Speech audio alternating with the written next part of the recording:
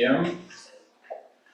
Tonight's roll call, we have Rob and Tiny as excused. We are currently missing Daniel and Sean. They may show up here, but right now they would be unexcused. Tonight, obviously, we're discussing the agenda. I'd like to have everyone hold on to their questions till the end of everything, and then bring the questions at the end so we can discuss them at that time. So I need a motion to adopt the agenda for tonight. Make a motion to adopt the agenda. Thank you, Tom. Second. Thank you, Linda. All in favor? Aye. Aye. That's unanimous.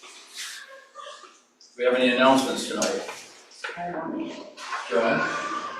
I'd like to remind the community that a town hall meeting is planned for August 15th. That's a Saturday at 1 p.m. We will be meeting in the dance barn to present the proposed budget and to field questions about the budget or other topics that come up.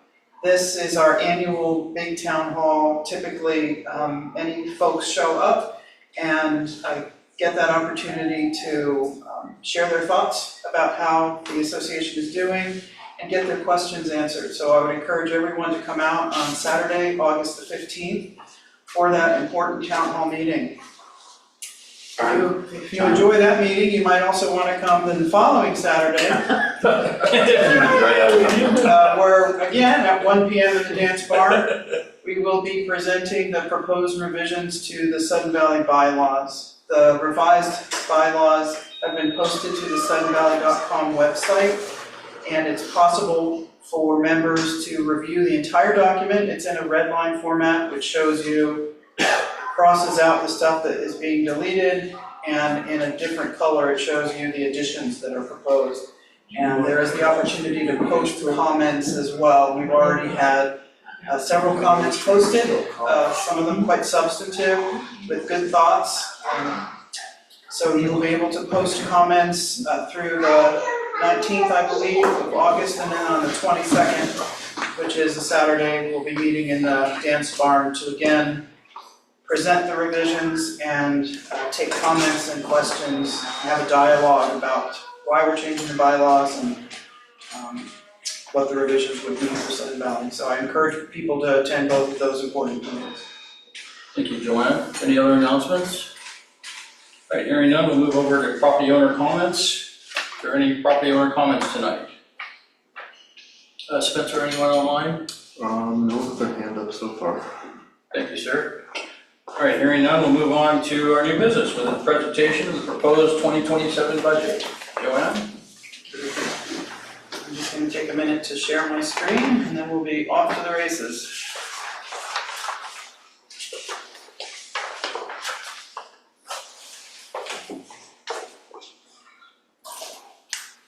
Is everything on the screen going to be on print form also? Yes, we relocated the screen because all of the directors have a copy, a physical copy of the presentation. We relocated the screen so that other attendees could have a better view. Yeah, you told me there, right? Yeah. Can we bring Bob over here so he's not by himself over there? Yeah, since we have room, please. Bob, would you come over and have a seat over here? So, I don't think Ken's coming, and I know Marty's not coming. What, you know, if you want, you can take Daniel's trip, well, your rock, Or you take Daniel's, but either one, yeah. that's better. I get to sit at the adult table. Yeah. I would feel No, guilty it's like- too close to your mouth. Thanks.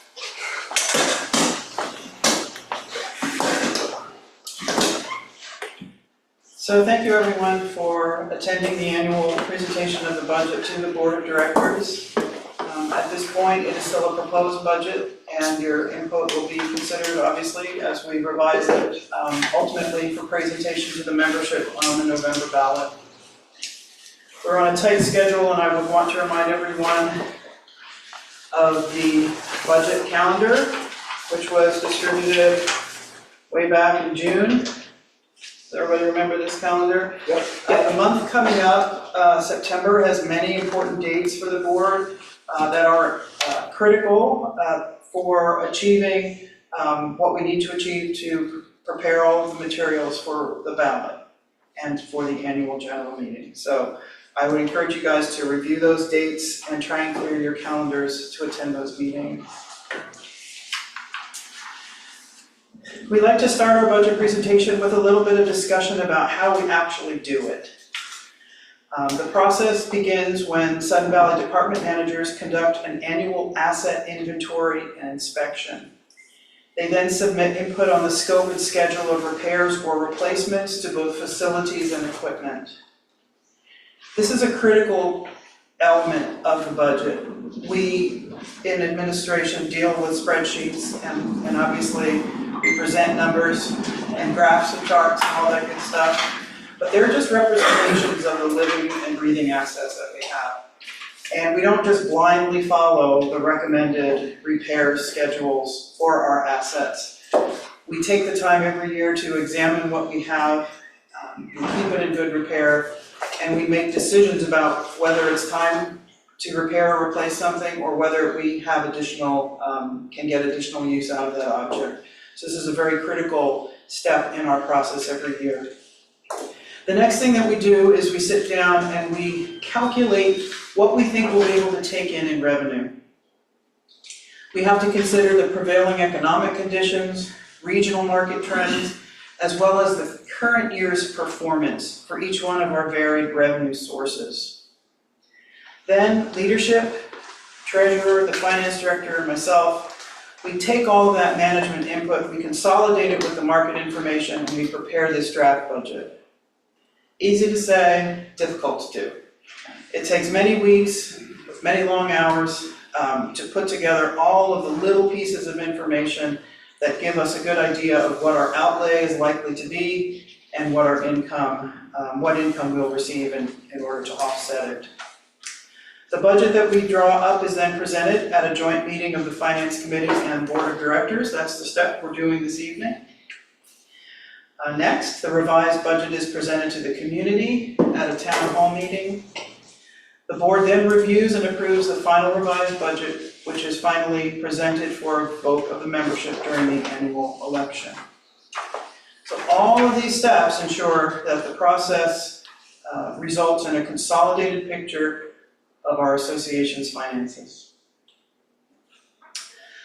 The 2027 operating budget balances $5,485,357 in revenue, with $5,485,357 in expenditures. As an association, we are required to zero it out. We can't spend more than we take in. The proposed 2027 monthly dues for a developed lot will be $177.24. For an undeveloped lot, the dues will be $168.31, and that represents a 6% increase from last year.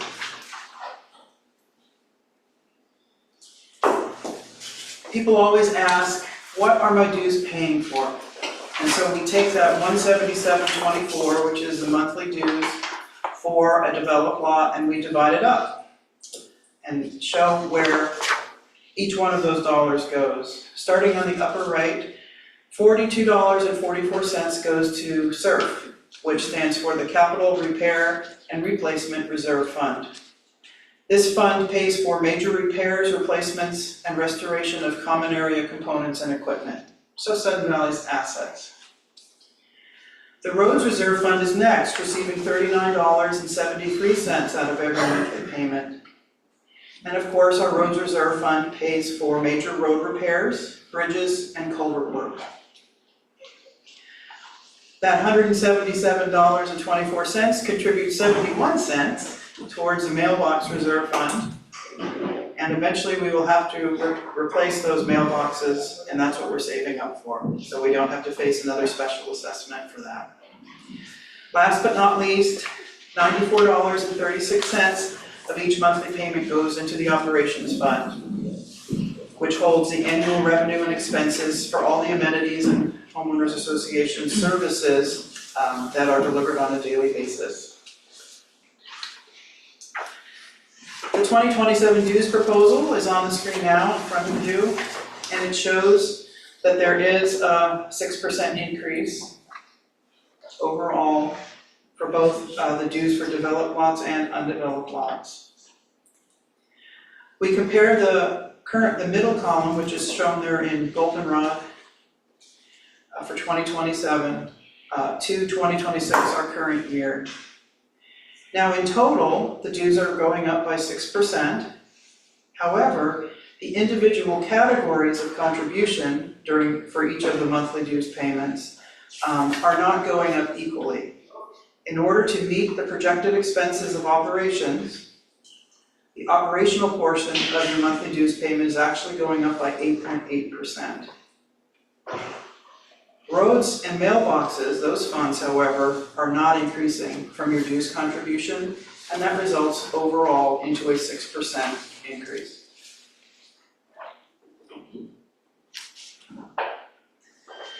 The annual revenue worksheet starts to look at dues at an annual level. And I think that this slide helps us to understand why there's a 6% increase this year, and what we've experienced in the past in terms of increases, as well as what we think might happen in the future. So this slide attempts to put into perspective the dues amounts that have been proposed over the years. Between 2020, which is the first column in this chart that's being presented here, and 2027, proposed annual dues for a developed lot will increase by a total of 22.8%, from $144.31 in 2020 to $177.24 in 27. If dues had increased at a constant 3% every year beginning in the budget year of 2021, dues would have equaled $177.48 in 2027, which is just slightly above the proposed amount for next year. Between 2020 and 2026, which is the most current year for which we have numbers published by the federal government, the effects of general inflation produced a cumulative price increase of about 29%, which is roughly 4.34% per year. This full revenue table with totals in each of the categories is presented on the following slide, but I'd like to point out that we've caught up with what is generally considered to be a nominal increase to account for inflation. But I want to point out that mathematically, we have not caught up. And the reason for that is because we were taking in a lower dues amount, we had lower assessments, some repairs or equipment replacements were deferred.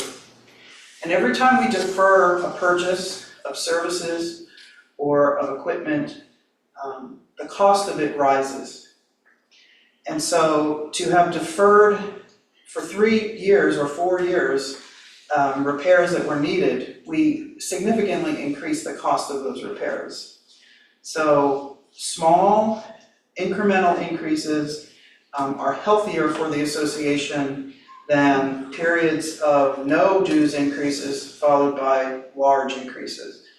Mathematically, it's very challenging to catch up. So onward we go. Here is your first eye chart. This is a pro forma that we prepare every year and have available for reference to show the increases of dues over the years and the various ways in which they aggregate towards relevant numbers.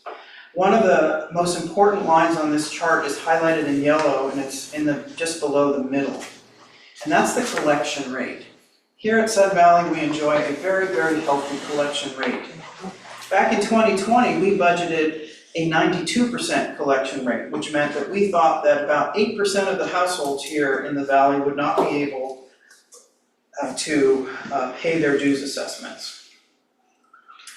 That increased in 2021 to 95% and then backtracked in 2022 to 93%. But since 2023, we've been at a 95% rate, and we have exceeded that collection rate, that budgeted collection rate in each one of those years.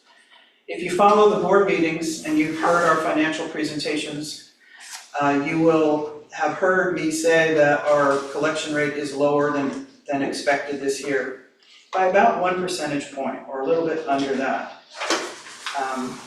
I think that may be a reflection of increasing rates of inflation, toughening economic outlook for a lot of households, especially as they try to adjust to the rising price of fuel. However, our collection rate still is above our budgeted number and is extremely healthy for an organization like ours, like an HOA. All right, so we have to be careful and aware of the slight dip in our collection rate, but it does not threaten the feasibility of this budget in any way. We're still budgeting at a conservative 95%, and it's likely that we will end up this year at about 97%.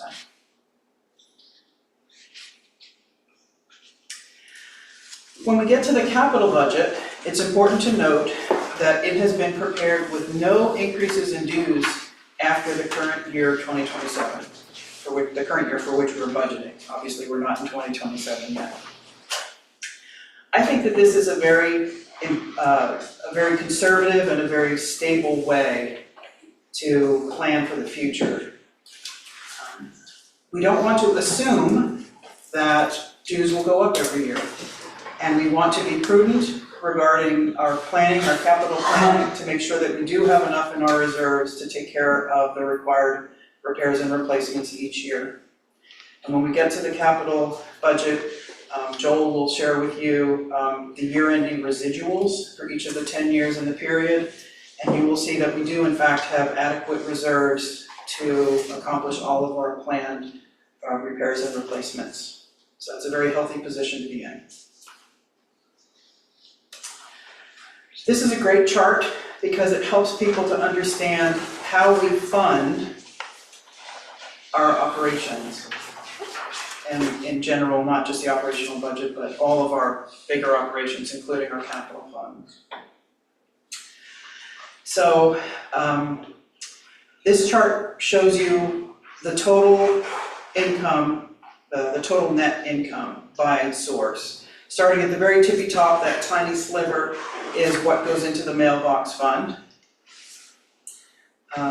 Moving clockwise around the chart, the pale blue shows you the portion of dues that goes into operations. The brighter blue sliver moving around clockwise is the net marina income, which, and you can see the observation there, that it supplements monthly dues by $6.45. Similarly, we project an $18,000 net income for golf operations next year, and that would offset about 51 cents of dues, or contributes 51 cents to our income. The surf fund, you can see there for the larger, the darker yellow section, and then finally capital. And that represents our net income in total. This is a handy chart that summarizes the operational budget by department. Now, many of our departments, we don't expect to make any money because they're just administrative or supportive functions. And you can see there the increase or the decrease over last year and the percent change. And overall, of course, we see a 7.8% increase. One notable change that we should address is that the rec center is showing a reduced expense level for 2027. It's not because we're investing less in recreation, it's because we've made an administrative adjustment. There was a position that had been charged for the last couple of years to recreation, which ended up working primarily at the front office at the Welcome Center. So in 2027, we moved that position into administration, which is shown here as operations. So you can see that the rec budget, the percent change, is down by 16.7%, and the operational budget in administration is up by 14.7%. That nets out roughly.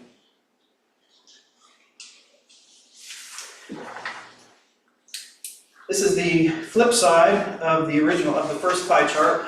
That first pie chart is about income. This tells us what our dues pays for. Operational dues.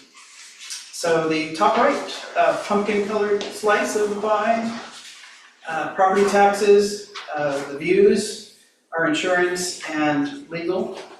$11.95 of our dues goes towards that every month. Operations, $19.11 goes towards payment for that. $12.99 goes to pay for Joel's department, accounting. $5.43 goes towards facilities. $15.92 goes to maintenance. $17.74 goes to security and the Architectural Control Committee, including hazardous tree mitigation, a big expense for the association. We're up to the green slice, which is the recreational department, which gets $8.14, and pools, $3.08. So that's where your money is going for operations. That's a nice chart. Fine chart. Yeah, I'm sorry, it was a comment, but I didn't wait till the end. It was, It's not a question, so but it's a good chart. especially if it's a compliment. So I'd like to talk a little bit about the context for the operating budget. As we mentioned, current economic conditions are reflected in the budget. Specifically, expected increases in property taxes, property and casualty insurance, so like our liability or D&O, those policies. Medical insurance, fuel, and utilities were accommodated. And we'll highlight, when Joel goes through the budget, he'll highlight the significant increases in each of those categories. An additional area of increase in our budget is for the cost of providing 24/7 security. That has increased about 11% for 2027. And this last bullet point is important. We talked about it earlier, I'll mention it again. 3/4 of the funds that we will collect because of the proposed dues increase will be used to fund increases in the operational budget. So unfortunately, we're still racing to keep up with inflation, specifically in the areas that we noted here. And the increases in those categories should be no secret or no surprise to anyone here, because we're all suffering as individuals, as well as our organization is suffering from inflation in those categories. This chart is showing you the FTE count and history over the years. FTE stands for a full-time equivalent. A human being, typically, working full-time, works about 2,080 hours each year. So if you show up to work 52 weeks out of the year and you work 40 hours a week, you get to 2,080 hours. This calculation takes the total number of hours that we anticipate paying for and just divides the hours by that number to get one full-time equivalent, okay? So in some instances, particularly in recreation where we have many part-time seasonal workers, one full-time FTE may actually be represented by 3 people, right? Each working a portion of that 40 hours each week. I think it's important to note here for the community in general that we have not added staff. In fact, we have lost staff over the years. Part of that is due to efficiencies, particularly in maintenance, where we use external contractors to perform specialty services. This helps us in a number of ways. It helps us because someone who cleans gutters from 7 o'clock in the morning to 4 o'clock in the afternoon, 5 days a week, is going to be a lot better and faster at cleaning gutters than somebody who has to remind themselves how to do it annually. Like me, cleaning my gutters at home, right? It takes me like half a day to figure out how I did it last time. It also allows us to limit the amount of specialized tools and equipment that we have here. 2 important ways that we're increasing the efficiency of maintenance in particular. All of the departments have done that sort of efficiency improvement to the extent that they're able. It's more applicable in some departments than in others. For example, our turf care department is so specialized, they can't bring in outside contractors. They're here every day, they know the land, they know the course, they know what they have to do, and they just go out there and do it. So different departments have been able to make economies in this way than others. But I wanted to include this chart in the presentation because I know that it's difficult to continue to pay an increasing amount in dues every year, and not feel like maybe somebody's wasting your money. But this is a good example that we are working very, very hard. And the 2027 budget actually reflects a reduction of almost half of a full-time employee. So we have reduced it by about 1,000 hours year over year, and that improves our bottom line. Nice. All right, so we're now going to transition to Joel so that he can walk us through the specifics of the operating budget.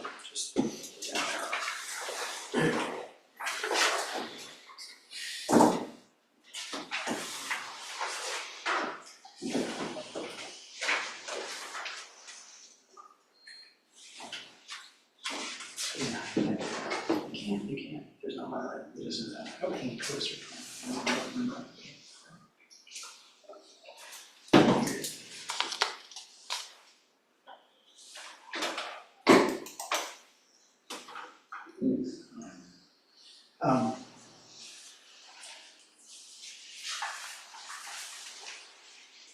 Okay, so what I'm gonna do is I'm going to go ahead and go through the entire operating budget.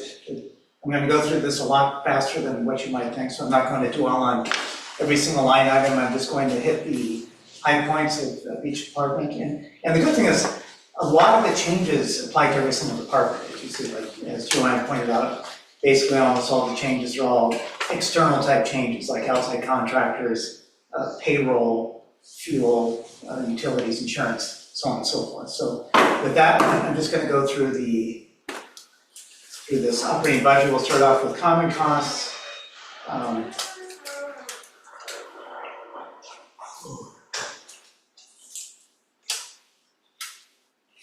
I'll just try to explain where I am on the page as well as possible, since you guys have it all in front of you.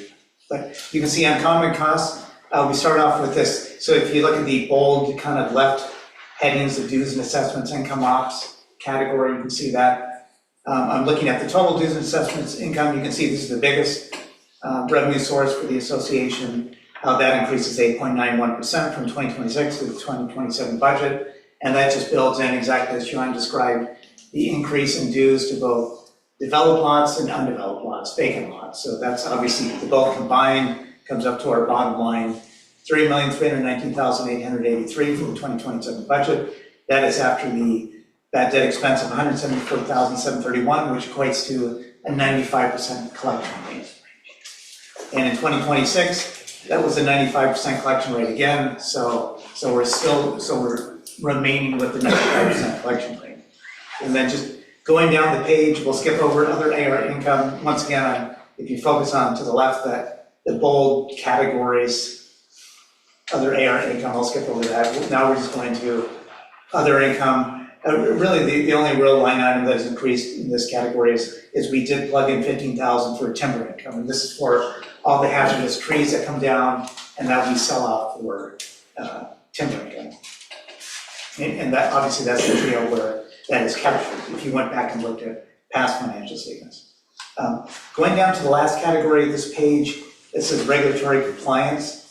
Actually, the last line item, GL 9015 property real estate tax, you'll see that goes up from $65,000 to $71,000. That's just building in an expected increase in property taxes for all of our common area property. Skipping the page, or turning the page to the next page, common costs. So the first line item on here, postage dues, is really not a big increase, but I guess I'll point out anyways. That's going up $2,000, which will accommodate obviously like mailings for the ballots and so on and so forth. Or excuse me, this is just the dues. So this is just the postage only for the dues. That's captured in a different line item under the AGM. Legal services, you'll see in CCR and mandates, it's, I'll just point out that it's not changing. So it's 100,000 in 2026, 100,000 in 2027. You can see, and I'll also point out how these columns go. So the very far left column is the 2022 actual numbers, then obviously as moving to the right, 2023 actual, 2024 actual, 2025 actual, and then the May 2026 year-to-date actual numbers. So you can, then obviously then skipping that gap, there's the 2026 budget, 2027 budget, and the last column is the budget percentage change, which is just giving you the percentage change from the 2027 budget, from the 2026 to the 2027 budget number. But you can see as of May on this line item for legal services, the good thing is we're only sitting at 17,000, which is great. So they're not as high as how they have been in the past. So we feel comfortable leaving this in 100.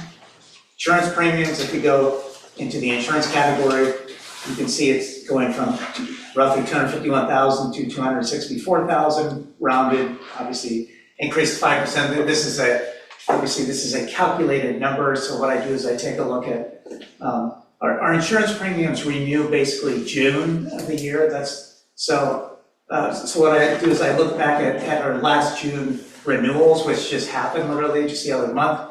I take those amounts and I calculated in a 15% increase from June. So the insurance expense numbers for the first half of the year basically are the expense that hits it will be for the renewal from the prior year.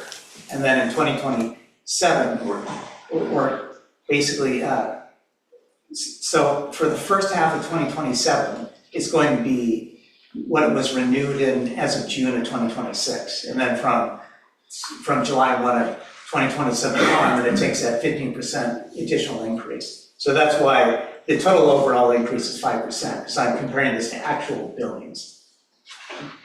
So obviously for the first half of the year, the expenses hitting it is the insurance renewals from the prior year. And for the next half, it'll be for that current year at 15% on.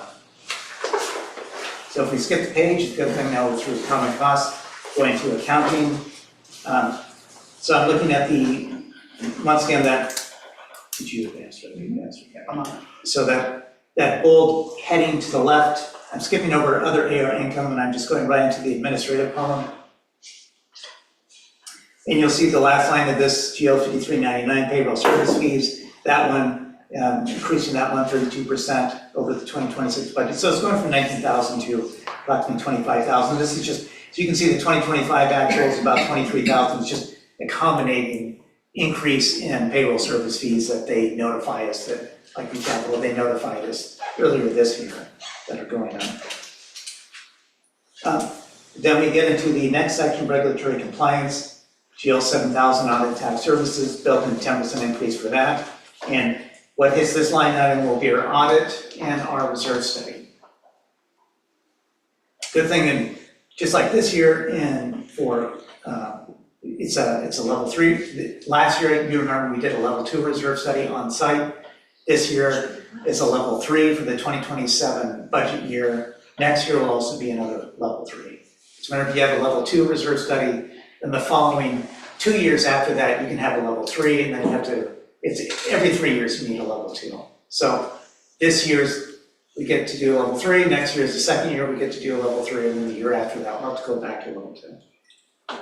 Now, when we get down into the last category of this page, payroll and benefits, this, what you see right here applies to every single department. Accounting is an easy one to see because it's static, we don't have, basically our FTEs stay the same, they've stayed the same for years.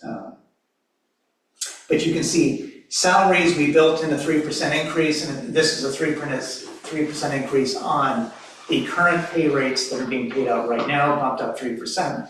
That's why when you get into other departments, it could be less than 3%. That's just because as people come and go, then they take on the prevailing CBA rate that's in the collective bargaining agreement, which could be less, than what someone who has been more senior who stayed here longer. But so we built in a 3% payroll increase from current pay rates right now. Obviously, payroll taxes go up in tandem with that, with the payroll taxes. The medical benefits, the third line of this category. So how I did that is I took the current medical cost right now and I bumped that up 10.6%. And this is all in anticipation of when we go through a new union collective bargaining agreement, which we will have to go through here soon. So we're building in, possible scenarios of what might happen, like after the collective bargaining agreement is finalized. The payroll benefits, this 401k, the last line of this section, the current CBA says right now we have to match, provide a payroll match, 401k match up to 1.5% of compensation that they were paid. So what I build in is half of that, 0.75% of total compensation. And actually looking at the end of the 2025 actual amount that we paid out in 401k expenses, it was 0.495% of actual. So it's actually pretty close, what I built in. It's hard to know exactly, what people are gonna do from 1 year to It's not compelling, but by choice. Yes, that's right, yeah. While I let Joel take a breath here, I'd like to just point out that all of the categories that are increasing above 6%, and they are all external costs. Property taxes, we have no control over that, we can't move to a lower cost provider. Insurance, similarly, there are a few, insurance is huge, it is massive, and although we shop our policy every year, there are very few insurers who want to take on an organization of our range and our size. And so, while we can always try to reduce costs by being more efficient, there is no way you can reduce property taxes. And similarly, if you track through this budget, and one hint that might help people as they review this is that right-hand column, when you see a percent increase that's above 3%, that should catch your attention, and then you move to the next column and you see, is it a large category or a small category? Because like postage, we don't spend that much on postage every year, so you might see a large proportion increase, but in terms of dollars, it's not as significant. And then of course, if you're interested in why that number went up, you can look above it for the lines that contribute towards it, and you can get a better understanding of what is driving that increase. So just as a general recommendation for how to read these pages and review them, that would be my advice. So moving on to facilities. So moving on to facilities, because we basically covered the highlights of the calendar. So now we're into facilities. That very first line item, Areas East storage rental income, you'll see it's gone from 24,000, we budgeted 38,500 for this. I don't know if you want to say. Well, after the implementation of the waiting lists, which the board approved 2 years ago, we've seen an uptick in, or an increase in the rapidity with which we can fill openings. So we have less downtime for open RV storage slots. You'll see the same thing for dry slip storage in the marina, and staff has been focused on, this is open, I'm gonna go to the next person on the waiting list. And so we have less downtime, of course that's driving our revenues. Yeah, the next section on here, the lease income, this is all according to the actual lease agreements. The one thing that I'll point out is the lease income from the library, you'll see in 2026, it was 7,800, in 2027, it says 7,800 again, then you might think, oh, their lease isn't going up. Well, it is going up, it's just in 2026, it got a higher number that got in there. It should have been a little lower than that, but that's why. Their lease is going up according to the lease, it's just the 2026 budget reflected a little bit higher number than what the lease is actually going up. Normally I wouldn't point that out, it's just because it's such a small amount. Meaning, what I mean by this, Linda, is then for the 2026 budget, the 7,800 should have been more like around 6,600.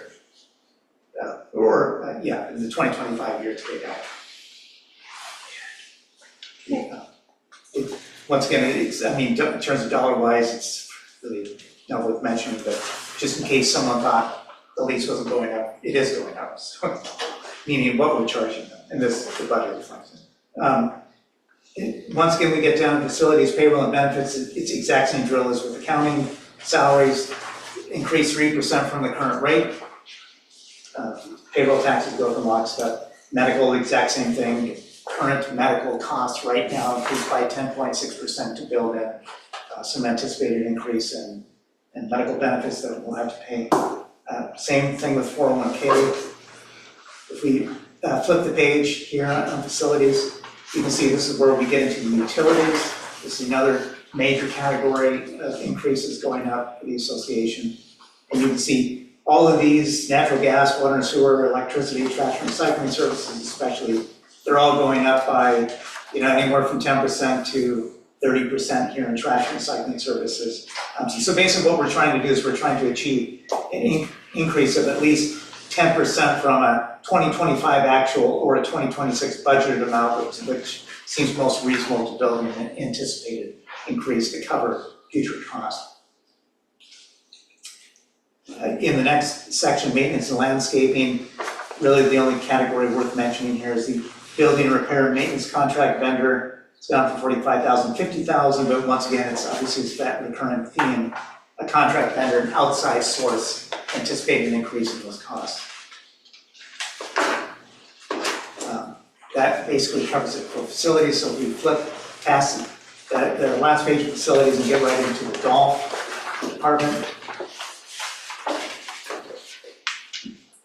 So the good thing is, see how quickly we're going through this? Yeah, Good job. We're not really halfway through, it's just Yeah. watching. we're not lost, just Yeah. kidding, just kidding. And we're actually picking up speed, I can tell. More coffee, Joe, no more coffee. So we're into the golf management budget, especially these budgets here provided by Kevin, turf department provided by Greg. So all of these revenue numbers going up a total increase of 2.68% from the 2026 budget amount. In terms of the rest of these pages, they're really, the increases on these are fairly small. There's nothing huge going on for the rest of the page. If we flip the page in golf, and then the payroll benefits, it's the exact same thing. Budget percent increase, now here's the situation where it's 3.14%. So like I said, we use current rates right now, we bump it up 3% with the exception of the golf pro, he's a salary exempt person. So we have to pay him the minimum salary exempt rate by the state. And I believe that next year is gonna be, if I remember right, like 250% of minimum wage, I believe is what it's going to be next year. So that's when I'm building into stuff like that. And anyone who works for golf who, who is at the minimum wage, like the seasonal rates, I bump those up 3%, which should more than cover an increase in the minimum wage. Because last year's minimum wage going from 2025 to 2026 was a little less than 3%, so that should cover that as well. Payroll taxes, obviously, medical benefits, the exact same thing, 401k, same thing as what I mentioned with the other departments. Insurance premiums, you'll see going up. That is a part of that calculation that I already talked about that I did for common costs. It's calculated the same way when their policy renews. It's a 3-year policy that they have that I just factored in, a 15% increase for that. Utilities, exact same thing. You'll see these are all going up by at least 10%. They're calculated the same way, looking back at 2025 year-to-date actuals, comparing it to 2026 budgets and increasing those by at least 10% per line item. Vehicle fuel, which is the third line from the bottom here, GL 6785. You'll see that vehicle fuel is another one that I bumped up 10%, so at least 10% for vehicle fuel as well. So that's basically with utilities and vehicle fuel, you're gonna see an increase of about at least 10%. And that takes care of golf management. If you flip the pages and then do a page after that, we'll get into the rec department.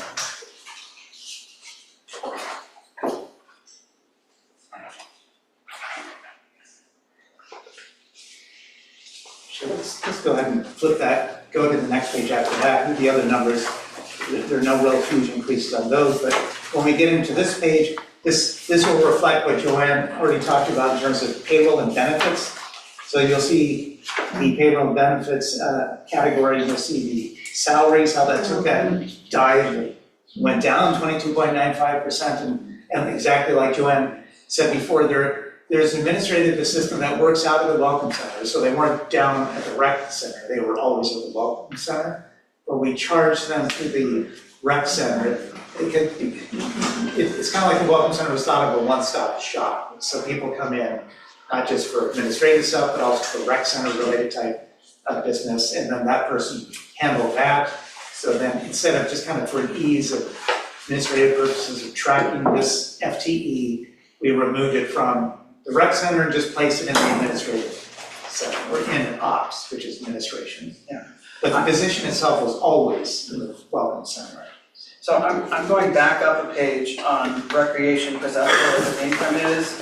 And as I would admit to Joel, these numbers are not huge, but the incremental income that we create by charging non-resident guests who are using our facilities, and getting instructor and trainer fees, renting out lockers, except of course we haven't made any on that in a couple of years, but the idea here is that we're being as good stewards as we can be. So if there's an opportunity to collect a little bit of revenue, we do it. And you can see that all of these numbers have incremented up.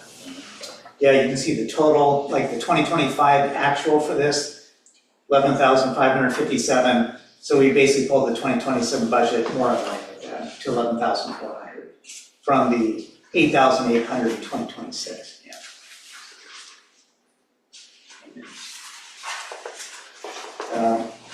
Going back, flipping back over to the other page, the only other real category we talked about in this is utilities. It's the same drill that we talked about before with facilities.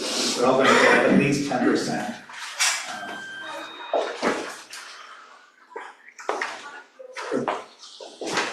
With one exception of communication services. This one is a little more static. You can see like going back looking over the years. But so that one just goes up 2.3 to 2.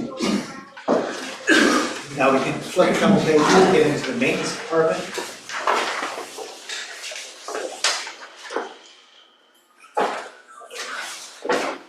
Mike and Matt both work on this department together. And same with the facilities department as well, as well. So it wasn't just us doing it, it was also team for both Mike and Matt that went over the budgets. You can see with maintenance, I'm just skipping down to the second category, administrative.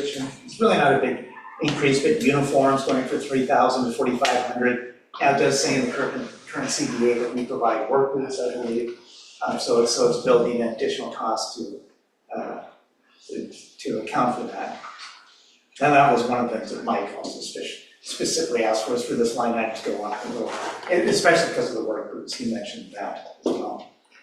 We skip down to the payroll and benefits. It's the same, like I said, it's the exact same thing as any other department. If we look at the last two lines of this, weather response payroll, we're leaving this at 15,000, the same in 2026 budget. You can see the 2025 actual, they had close to $10,000 in weather response payroll. So, you know, the real thinking on this one originally for 15,000 was to build in at least a good couple solid weather events that hit. And that 15,000 has been, it's been proving to be adequate enough, like if you look back over the years. So we'll go ahead and leave that at 15,000. Turning the page on maintenance. This GL 6675 equipment repair and maintenance, that's been increased from 15,000 to 20,000. I mean, not like a huge increase, but obviously, you know, they're taking into account aging equipment and so on and so on for repair. Vehicle fuel, you'll see a few lines down, same thing. That one is going up 17,412 to 21,107. With that one, I'm also specifically comparing it to the 2025 actual and bumping it up, you know, about 10% or so from that number. That's why you see that larger percentage increase there. This last line item on this page, under contract and professional services, GL 7095, so it's going from 25,000 to 30,000. And I remember Mike's, one of his comments specifically was that outside services have continued to increase in cost, so that's specific, so he specifically wanted that line item up 5,000. Now, if we turn the page to the Marina Department. So the Marina West Slip income, you'll see the 2026 budget, 242,857. 2027 budget is 246,232, so fairly similar. So that there are no increase to Marina slip fees or dry slip fees. Those fees are staying exactly the same. I don't know if you want to say anything. Yeah, this year we saw many more people than usual fail to renew their contracts, and we struggled for almost 2.5 months to fill the open spaces. We no longer have a waiting list for dry slips. So I think we have found our fair market value pricing. And we want to continue to have high occupancy at the marina. And so we're not anticipating increasing fees because we feel that that would be a big disincentive to people. Yeah, this is the first year that I can recall, no waiting list. Yeah. That's not true for the wet slips. They're still premium. You still have a waiting list there, but for the dry slips, there is no longer a waiting list. Okay, so the last category of this page, utilities, same exact thing, at least 10% increase you're gonna see on all these utilities. And the good thing that covers all the material changes for Marina. So now we can skip ahead to the admin department, go a couple pages into it.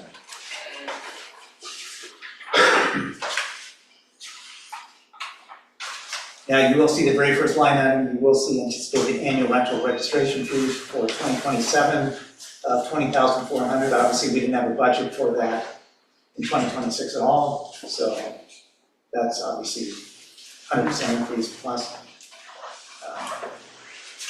Now skipping down to the administrative column, you'll see bank charges and fees went from 10,000 to 14,000. This is literally just to accommodate, to pull it in line with what our actual bank fees are coming in for the admin department. Obviously, this covers things like like credit card processing fees and the like. That's what that covers. Skipping to the next page, the annual general meeting expense, the GO 5003, it's gone from 24,000 to 32,000. I don't know if you. That reflects the hybrid, the cost of performing a hybrid election and using the online voting. As we progress and get more people to sign up for online voting, we will potentially be able to stop mailing out ballots to everyone, and that will significantly reduce this cost, because the cost of printing and postage are rising fast. But for 2027, we anticipate that we'll continue to need additional funds, and so we've accommodated that in the budget. Okay, the payroll and benefits section, obviously this is the exact opposite of the rec department. Since you saw the rec department go down payroll costs, now you see the payroll costs for admin go up. But it's not because they actually added anyone, it's just the position that was always budgeted. The person actually sat in the welcome center instead of that FTE being charged to the rec budget, is now being charged to the admin budget, but the FTE is exactly the same. Like there's no change in pay rates and stuff like that, it's the same. Skipping down into the utilities section, communication services so this is going from 12,000 to 17,568. This is like Comcast communication fees. Some of this is also the way that, like in the accounts payable department, how Davey has been coding these communication costs coming in, and the way that she allocates and codes. For me, I determined I believe it's less work to align the budget with her coding than to tell her to change her coding. So, and to change her internal allocations that she's been doing. So that's a lot of what that increase in that fee is. Yeah, and communication services covers both internet and telephone. Because we use a VoIP, voice over IP system, it's all through Comcast, and we have internet through them as well. So it's a block charge, and a lot of it shows up in administration, but then that service is used by all the departments. Last line of this page, IT support and services, 45,000 to 52,500. Yeah, that reflects a significant decrease in licensing fees for Microsoft Office. Microsoft, like every other vendor on the planet, is increasing their fees. And increasingly, we are adding extra security features because of the rise of cyber threats. And it would be a significant business disruption to have problems with our IT infrastructure. And so this year particularly, we not only upgraded some of our licenses to include Microsoft Defender and other services, but we've also added cyber security awareness training. It's a requirement of our insurance, believe it or not. And all of this stuff costs money, so the IT costs have significantly increased. Okay, on to the next page. So let's talk about the other professional services. Second line on this, GL 7095, you'll see it's going from 25,000 to 35,000. This is just outside HR support and anything else. No, but if you take a look back at the 2025 actual, you'll see that we've pulled back our spending from what was spent last year, but that was never reflected in the budget. So the 35,000 is an increase over budget, but actually a decrease from what was experienced last year. Yeah, the next two pages we can skip over these entirely. This is Parks Department. It has historical actuals in here, so these pages pop up, but going back to 2024, Mike accounted for parks into maintenance. So that's why you'll see zero amounts budgeted for parks. All of that is rolled into the maintenance department. So then if we go right on to the pools budget, you can see the first line of this page, the pools income was increased from 25,000 to 29,000. That's just to pull it in line with more of the actuals of what we've been taking in, especially in 2025. If we skip down to payroll and benefits, same exact thing. This is just, this is just literally just taking the pay rates and what we're paying out right now. I even built in a little bit more. I used a little bit higher pay rates as well into this to account for a little more possible resources for lifeguards next year as well. One of the challenges in keeping the pool running in the intense 3 months that it's open is to ensure that we have enough lifeguard staff.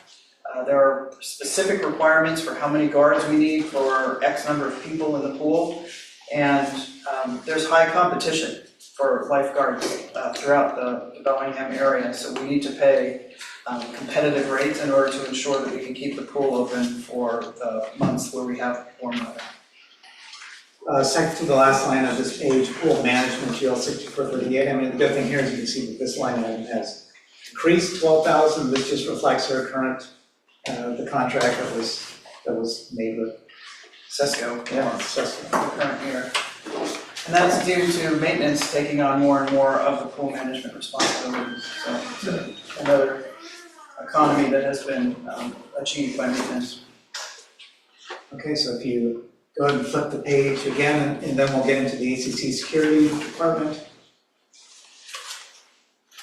You can see now, and two things definitely worth talking about, like the new home construction and the line below that, GL 4805 compliance fees and fines. So the new home construction, 2026 budget 185,000, 2027 budget, these are revenue accounts for revenue line items, 92,500, so a drop by 50%.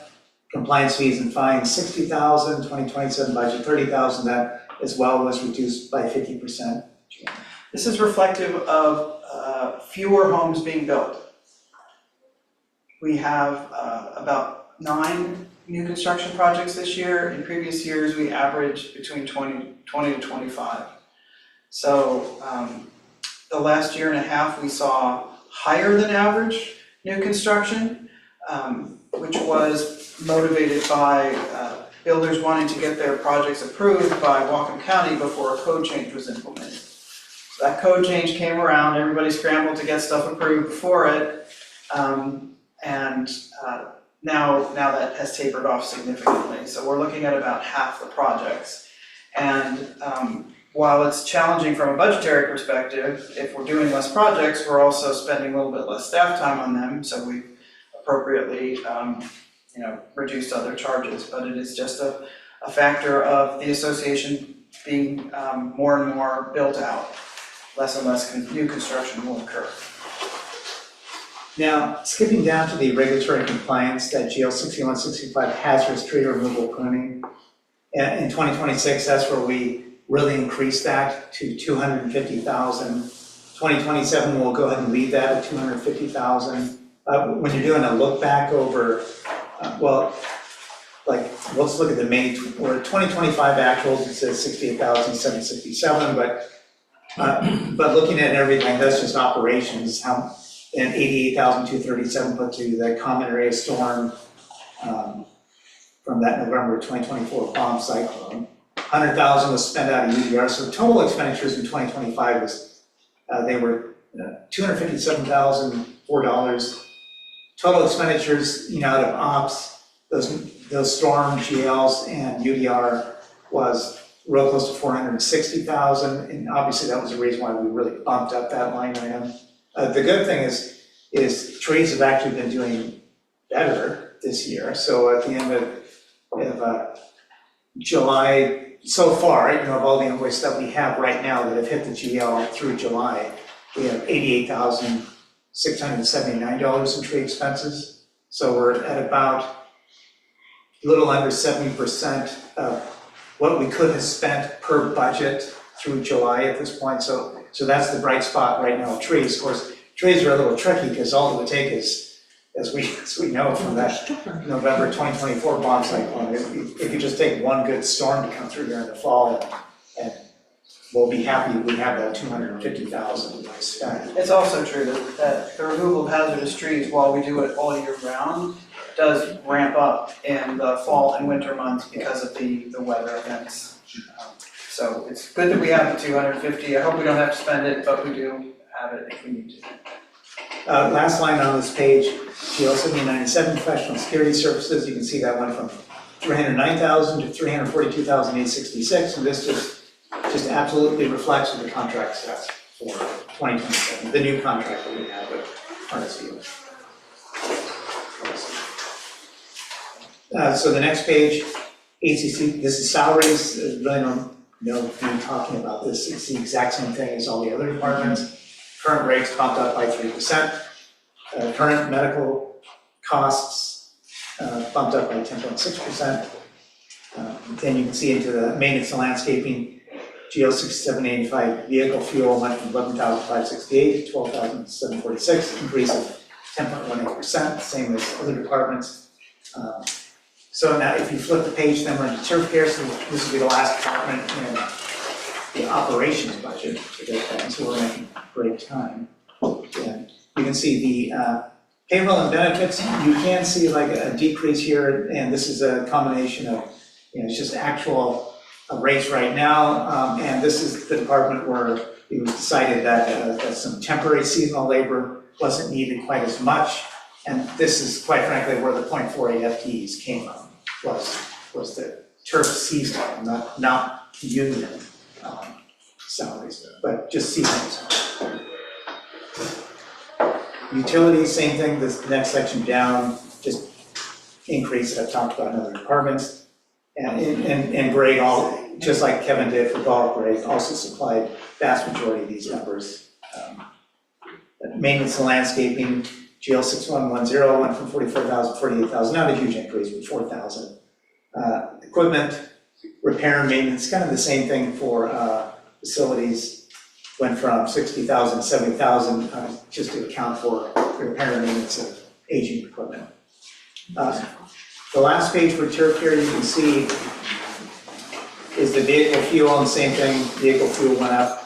We're supporting the 2026 budget by 7.84%, meaning we're basically pushing up a good 10% for 2025 actuals.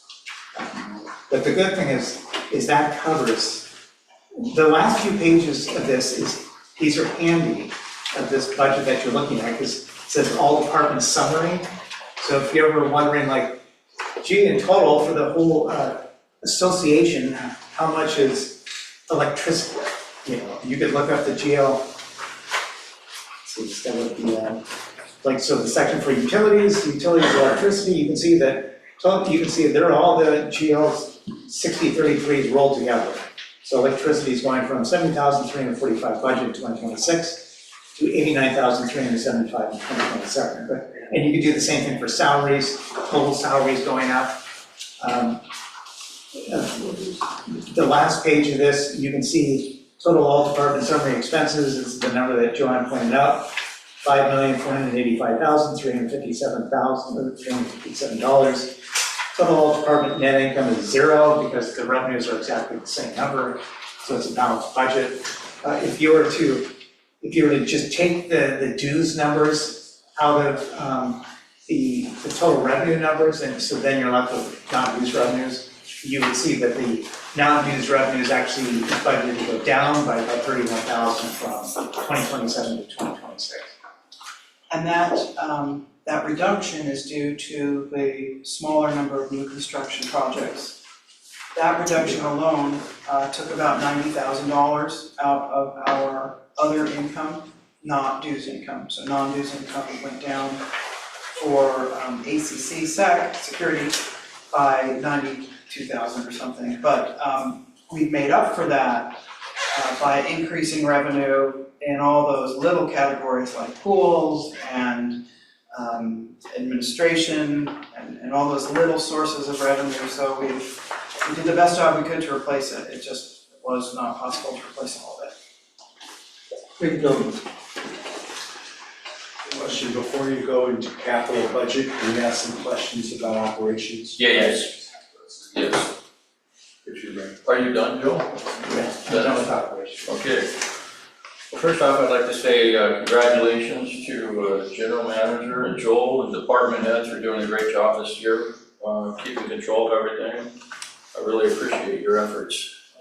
And now we'll open up for questions. We'll go around to Jean. I just want to have a comment, and that's about the construction. It's, we have fewer lots, and we're not gonna be able to, I think Joanne and Joel are right, that, construction is just decreasing, and so it's gonna be an area where we can't depend on in the future. It's not like it's gonna come back. We don't have that many lots left to do construction on, so that's not a piece of revenue that even in the near short term that we can really, well, in the near short term, we can hopefully depend on it somewhat, but at some point, it's just not gonna be there. I think we still have 264. Yeah, but again, they're getting harder to build on some of those lots. I agree. And more expensive, and some of the regulations to build now are getting more difficult. And a lot of those lots are tied to existing residents, and the whole idea is not to ever build on it. Well, we can, do a bunch of them. Neighbors got food lots. I think most of those are in a separate Yeah, line they're item. joined. I think they're in a separate line item. If they've been consolidated, they're not. Yeah, they're separate line items, they're not a big 264 buildable lot. lots. It's true, though, that not all of the Yeah. lots that are held have been consolidated.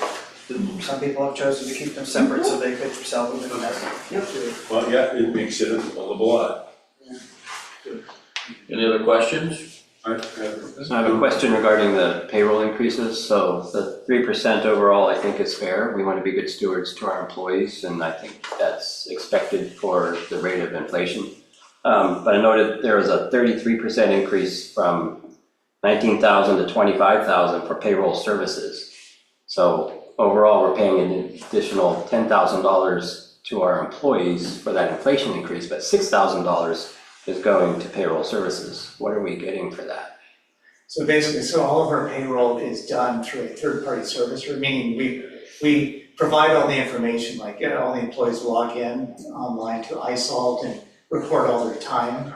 And then they're the ones who actually process it and basically like ACH money in people's accounts, direct deposit in people's accounts, send out paychecks, things like that, W-4s at the end of the year, and so on and so forth. Like an ADP or something? Yeah, exactly, like an ADP. Major savings Yeah. of cost and energy for us doing it in-house. We used to have somebody else though, and I thought we switched to this company Yeah, we had a long ADP. time ago, Oh, you because it was did? gonna Yeah, save us actually. lots of money. Yeah, this place did use ADP, and I believe it was in 2019, before I came here, when they switched to ISO. Why, I don't know, but. There was a considerable savings then, but since then, as this shows, that is the problem. Yeah, this doesn't mean it's gonna cost that much, it's just literally just being the safe side, building. Do they help with HR conflicts also? Sorry, No, that's okay. they help with like HR conflicts or issues or, you know, like that, do they help? We have a with that? consultant, an HR consultant that does that, it's separate from ISOL, but ISOL does do some benefits fulfillment. For example, they send out mandatory COBRA paperwork at the appropriate interval, and all of our employee records are managed through ISOL software. So it's not just cutting the payroll checks, it's also maintaining a salary and position history. Yeah. It provides timekeeping capabilities. I have a question about iSolve or whoever's handling it. Every year, we have to re-up our employees' insurance. And they have to apply and put in what they're interested in having. I believe, Joanne, you mentioned earlier this year that you were looking at where instead of it being handled in-house, they would go and log on and enter their information, it would be processed that way. Does that come to fruition? We don't know what plans we're going to implement this year, and we won't know for a bit because we have to go through the union negotiations first. If it's possible, it would certainly reduce the amount of time we spend on benefits enrollment internally. But again, there are so many unknowns in that equation, I can't guarantee that we'll be able to do it. Okay, I just know you mentioned it, and it Yeah, seemed it like would a be- real improvement both for the employees and for staff. Absolutely, and it's our goal. We'll see if the union negotiations conclude in a timely way, and that will allow us to do it. Great. What bank handles Sun Valley accounts, or is there more than one, or, because we got banking fees in here, I was wondering. Yeah, so what you're looking at, those are primarily the, like credit card processing fees. Or like, for example, when people come into the Welcome Center, and they charge things on the credit card, like as a rental slip, wet slips and dues and so on and so forth, that is the large portion of that. Well, they can't charge dues, but they can charge anything else. If a resident wants to use a credit card to pay their dues, they have to go through an online interface that charges them the handling fee over and above the dues, and that's legally required, because the dues have to be the same for everyone, as stated in our restrictive covenants. But there are many other reasons that people pay us money. Golf, sometimes people come in and pay for golf stuff, so that's a bank fee. When they use a credit card, and it's a convenience fee that typically the seller pays. And so the more times people use their credit cards, the higher our bank fees go. It seems more and more as I've been using different services, they go, well, use a credit card, you pay 2% more. They're making the customer pay the 2%. I'm seeing the same thing. Like everywhere I go, even in a restaurant. Linda? True. With bank fees though, let's say someone comes into the front office to pay their marina fee. Why is it not charged to either rec or to the marina, actually? Because that's who's collecting that money rather than us doing it.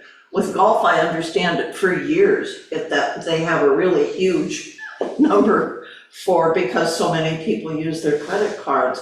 But it seems funny that admin would have such a high number when things like events, if people come in and pay for their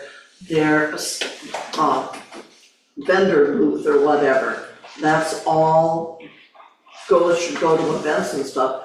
Why would it be billed to administration? I just don't understand, that's a high number for admin. Yeah, that basically just comes down to, quite frankly, administrative fees, because as you can imagine, and we have to on a monthly basis parse out how much of this we think is for like marina type renewals versus someone coming in and paying something for the rec center or so on and so forth. So it's literally just capturing it and.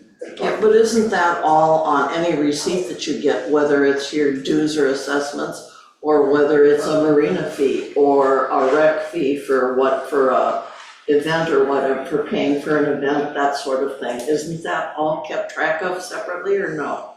Well, I mean, like, then, yeah, then once again, it would have to be tracked, like, you know, on a receipt or on a transactional basis. But it's just accounting, I mean, the money's coming in, if you wanna put, you know, that $52 here or put it over there. Right. They just collect all their fees in one location, who would get paid in the butt to go ahead and try to assign the fees to the different departments. Yeah, it is if you're paying the amounts of money we're paying in some departments Well, those. for transaction example, fees. like golf, that's perfect department. A golf is a given Transacted, I mean, captured in golf. That's not even a question, it's just with some of these other things, it's like where the money all gets put to. And if it, you know, all of a sudden our admin fees, like he says, you know, you're looking at increasing that number every year, then is it enough that you can start to look at, then shouldn't it go to each department where it really should be considered revenue and expense to that revenue? Yeah, I'd say for, like in 2025, this 13,741, would it be worth spending the time splitting that out? No. So questions? Yes, sir. I'm just gonna go back to your original PowerPoint slide. I just noticed that you don't list the reserve study as one of the tools you use in putting together your budget. Well, actually, are there any more questions with operations? Yeah. I was gonna say, that's Yeah, a perfect segue. Well, all right, I have operational questions, I was just pointing out this, but I have operational questions. Yeah. Oh, okay. Yeah, actually, so to quickly answer your question, in terms of the reserve study, so when we get into the capital budget here, real shortly, like, the capital budget that you're looking at, literally is the reserve study, will be the reserve study. I understand. So the reserve study will be pulled in line with You that. ensure a consolidated picture of association finances, which one of the main tools is your reserve study. Yeah. It's just all, maybe it's just semantics from that point of view. I noticed that you're talking about how you save money by using the gutter comment. You know, have a person who can do it so much quicker than us relearning how to do this thing. But you've only increased $5,000 in building a contract vendor. So you went from $45,000 to $50,000 for all this work that you've outsourced. Did I hear also correctly that we're maintaining the pool? We are doing portions of the work in partnership with CESCO. It is legally required that we have a certified pool operator, and that's CESCO. All right. And our maintenance department participates significantly in opening and closing the pool. And that has reduced the cost pretty significantly. All right. So you've only gone up $5,000 for all this outsourced work. Is that really true? Yes, that's really true, because the initial increases in that category happened over the years. And now we're just seeing price increases. We're not taking on additional vendors. For example, the street sweeper, the gutter contract, you know, and they're incrementing up, but we are not adding new vendors to that list. Well, I'm going to mention the street sweeper, and I didn't note it, but I was going to ask, have we done a cost value estimate for, hey, should we buy one at a certain point as opposed to lease out? Because we can drive it, we can do it all the time as opposed to 3 days a year. Have we looked at that, the cost of it? Matt, do you want to help with that? Do you know, my understanding is that those machines are extremely costly. True, I don't have any numbers for you on that, but our mechanic Rocco comes from the city of Bellingham, raising a technician there, mechanic, and working on street sweepers was continuous and costly. Without the numbers you just said, we don't want to have one. We saw that this past year, does everybody remember in spring, when the street sweeper went through and people started finding all those little metal bits from the brush? Those are kind of handy to use around the garage. Anyway, apparently those brushes get replaced all the time and they're not cheap, so. How's our fitness center going up 120%? For what? Fitness budget change, 120% increase. Now, it's not a lot, it's from 1,000 to 2,200. I was kind of curious about that. So that's under rec community center, fitness center income, 120% increase. It's a small number, you know, it's Yeah, it's well, $1,100, but it's like, are we charging more? here's what's happening, overall in recreation, and because a lot of the card fees have increased. It's because we have adopted this annual DOT system. So in the past, you got a card and you got different access privilege on your card and you went off you went. And for years, you would have those same access privileges. 2 years ago in 2025, they started the practice of people still had their cards, but their privileges were deactivated until the first time they came in, and then we checked to make sure they had a waiver on file. And we're still residents, because another thing that we have found was that people were using our fitness center who lived here 3 years ago, right? Continuing perk. There you go. And so, along with that, we've also been very vigilant about people carding in or badging in and 3 people following them. And we've we've determined that there are quite a few people who come in with their buddies, you know, because it's after school and now they have to buy their own cards. Thank you. So doing better due diligence. Yeah. Yeah. That's good, thank you. So it's small dollars, but it makes people feel better. Because if you let people freeload, it doesn't feel good. I agree with you. I agree, it was a good answer. It's like, hey, we're finding people who are not residents or haven't done the right thing, and they're gonna have to comply. Okay, Tom? Yeah, just to expand on what Ray had to say as far as bank fees. You know, most vendors nowadays are charging the consumer that extra 3% to use a credit card. And I think we'd be completely justified in what you're saying. Well, we can definitely look into it. The rates change too, depending on the different cards. Yeah. So that would be a little complicated, but I I'm can just certainly thinking look an at it. average. Yeah, makes sense. there was an issue, Richard Davis had an issue. I don't know whether you might find it in the files. He did have an issue. Okay. You might have a letter in your file. Give it Do a you check. have any other questions? Linda? I have a question. We have 2 departments that have 1 employee each. And the one of the departments has this one person's salary at around 46,000. And yet the other department has this one person at like close to 80, right below 80,000, the projection for next year. And I wondered, what's the difference? If it's only 1 staff person, if I need to say, I'll say.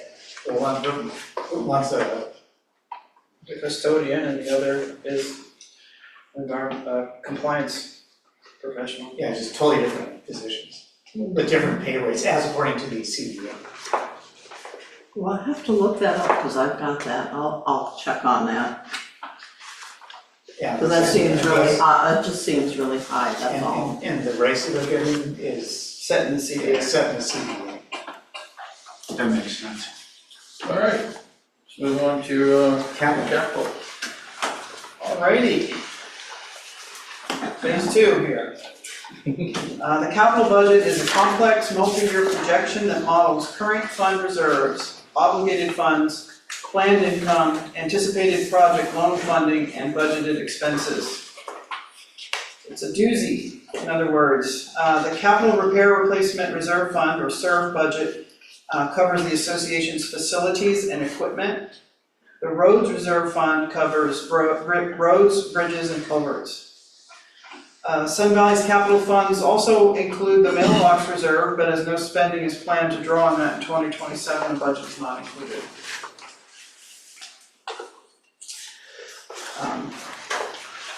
These next slides summarize the open capital projects. These are the projects that we track in terms of their spending to make sure that we start with the right amount in our capital budgeting. As you can see, these active projects in the current year have an obligated dollar total of $1,699,612. We've spent $728,577 of that. These are just the SURF projects, remaining just under $1 million to spend. Similarly for roads, projects that are still active, obligated funds amount to $2,211,330. We've spent just under $1 million for a remaining budget of $1.28 million.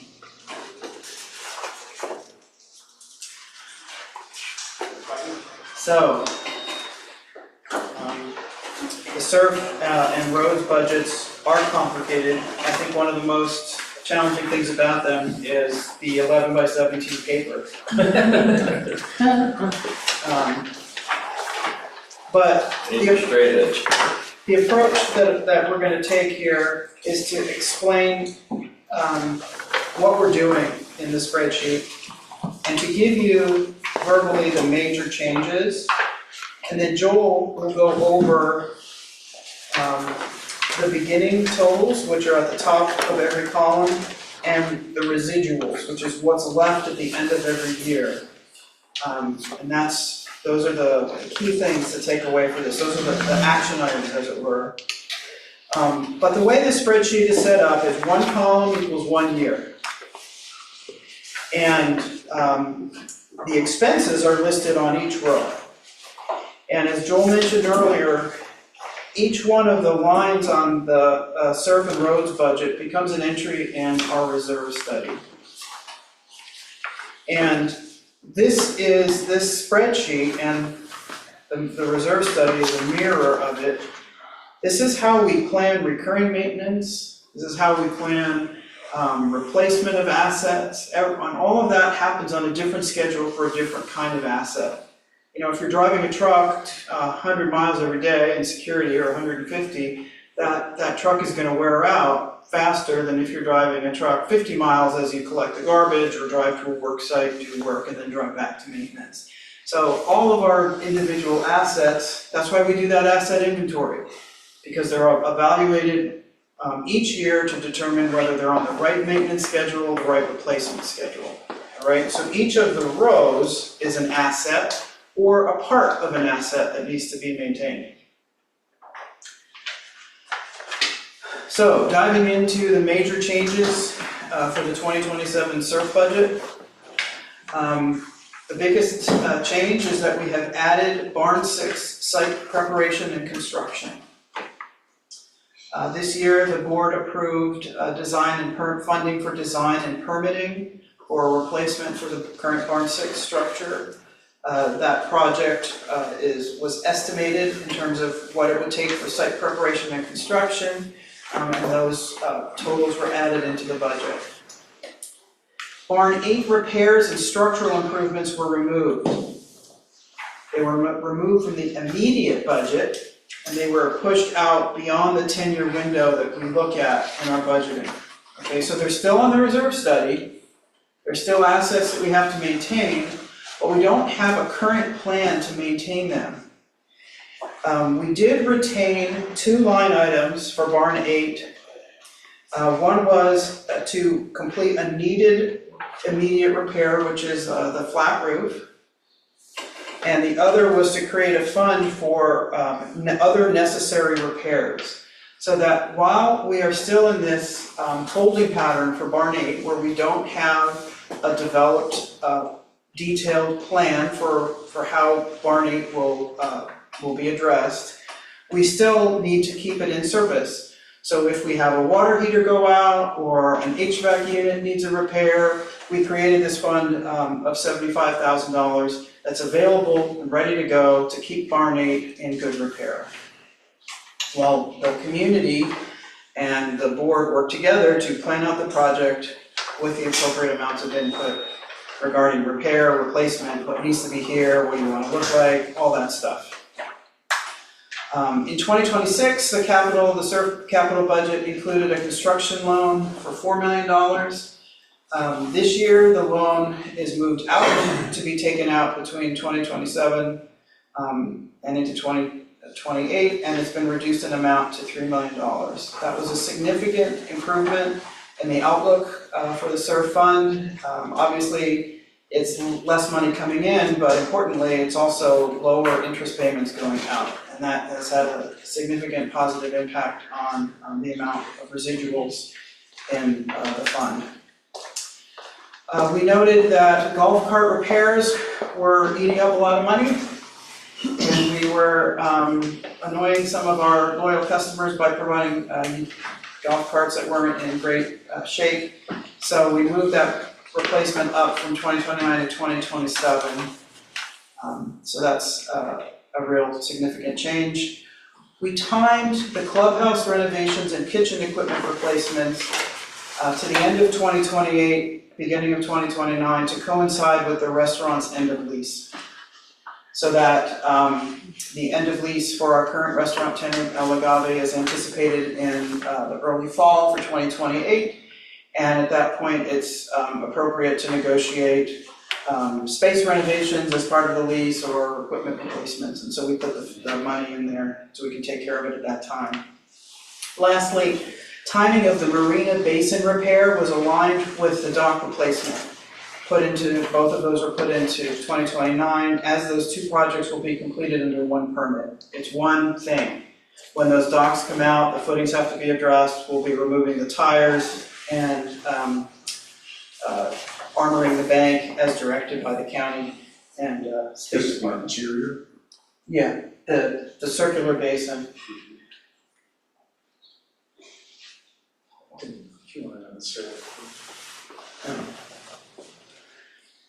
So anyway, those are the major changes to SURF. And we will now go into the SURF Questions on SURF, please? Just some numbers that don't make sense to me. You've got Barn 6 construction loan repayment, the second line, and it's $418,000. But yet when I add up all the costs for Barn 6 design, demo, site work, and construction, it's $3.645. Why don't those two numbers total? What are you talking about? Your second line down, $418,139.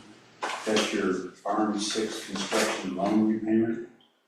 But when I total up the lines for Barn 6 demo, design, and construction, it comes to 3.645. And certainly the numbers that you've got here are greater than 400, that you have going out are greater than 418,139. So that number doesn't tie.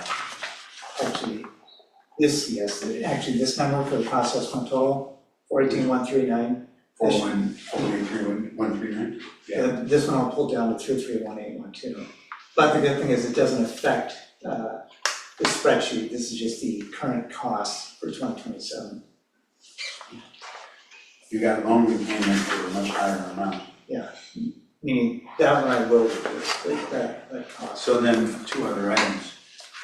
On the 1 through 4th line down for 264,081. If that includes contingency, okay, but you've got it in 26 at 253.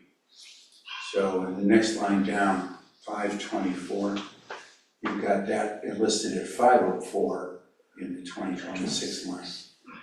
So those numbers don't match. So you're comparing the current cost column to the 2026 amount? I'm looking at the 2026 line and the cost estimate total cost. Yes, and so now the reason why those two are different is because let's look at You got an escalation in Yeah. 27. so 2026, 504,000 for that demo and site work. Then this cost estimate year is 2027, so that goes up by 4% 4%. to get it to the 2027. To 524, 160. Yes. Okay. How That's is it? good. I'm good with that. Hopefully it makes you feel better, but that 418,139, that one I will change. I hope so. Down to the 331,812, but the good thing is, that actually has no effect on any of these positions. No, the numbers Yeah. are better over here, but that 418 Yeah. is. Thank you. I'm good. I'll ask you my questions when I get you. All right, so the bottom line on SURF, literally, the bottom line, if we page down to the residuals.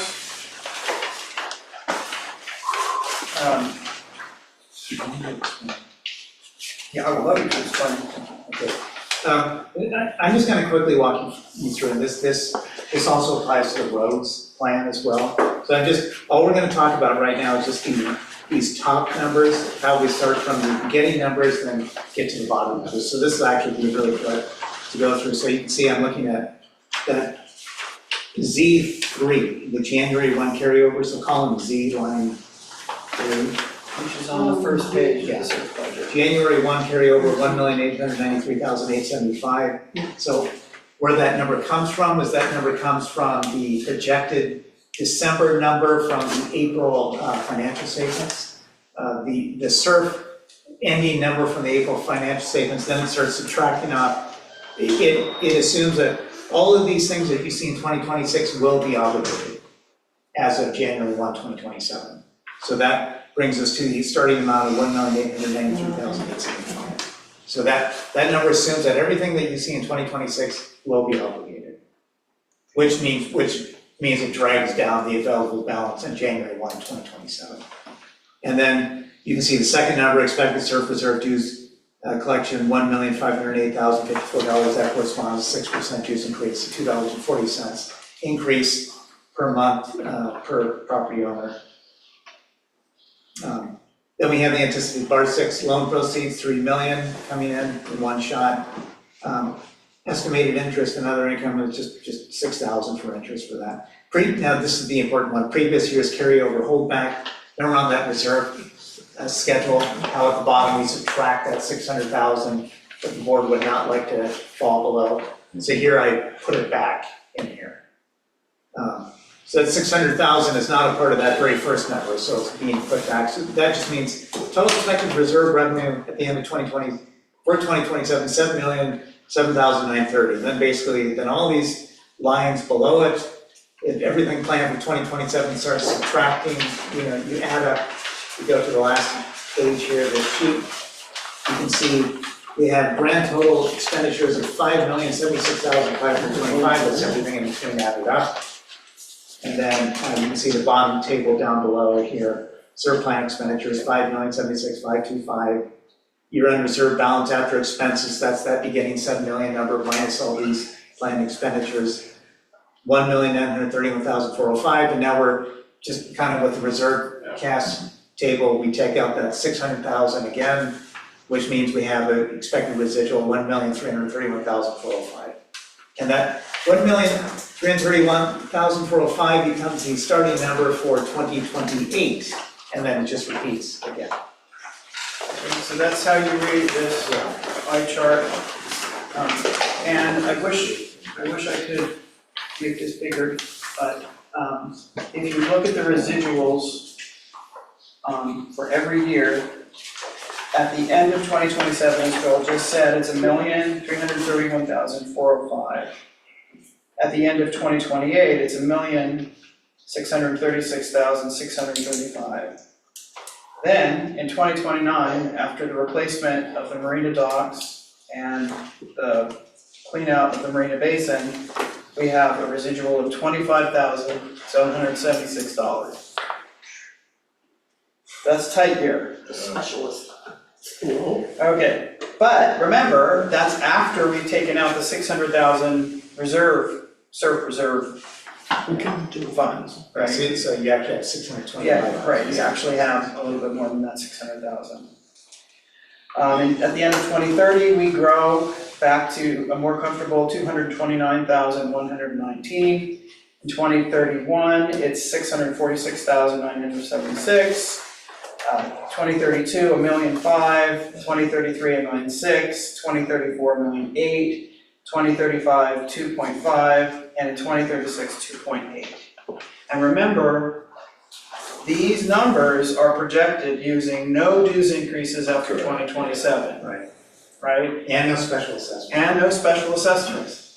This is just the same dues that we are projecting for 2027 carried out through the 10-year period, and we can pay for everything. So it's tight after replacement of the marina docks, that's for sure. But it's not below zero, and it doesn't require us to take out an additional loan. Now, we haven't accounted for Barn 8 in all of this, except for the regular maintenance to keep it in service and replace the flat roof, right? But if the community and the board decide that they want to renovate Barn 8 or replace portions of it or do other work with Barn 8, that would add funds to this schedule, and additional means of funding would need to be added. As a sort of a what-if scenario, we also ran this spreadsheet showing a nominal 3% dues increase annually. And it significantly improved the residuals, especially in the out years, making it feasible at a nominal 3% increase per year to fund renovations of Barn 8 over that 10-year period. Not all in one shot, and you'd have to wait a couple of years after, to recover from the 2029 expenditures, significant expenditures on the docks and the marina. But after that, as our reserves start to refill, there would be the opportunity without a loan or special assessment to begin repairs or replacements of this structure, addressing this structure in some way. Does that make sense?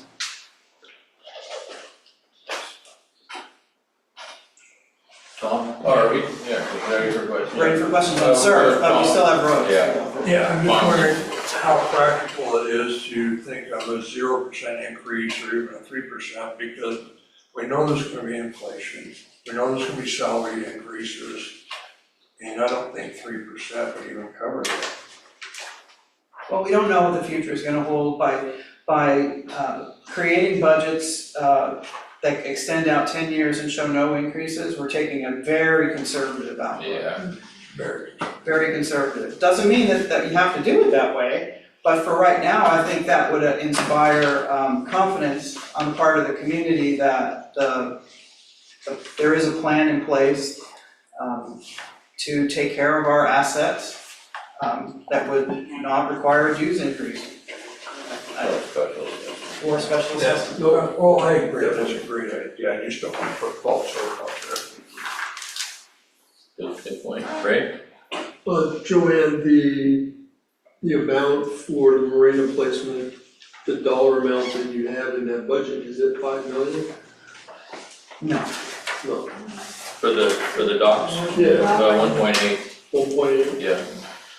yeah, Plus the 350,000 for the, basin. I'm sorry, the 250,000 for the basin. So the basin is the basin, The tires and all that, the shoreline, yeah. okay. And we haven't determined if dredging is necessary.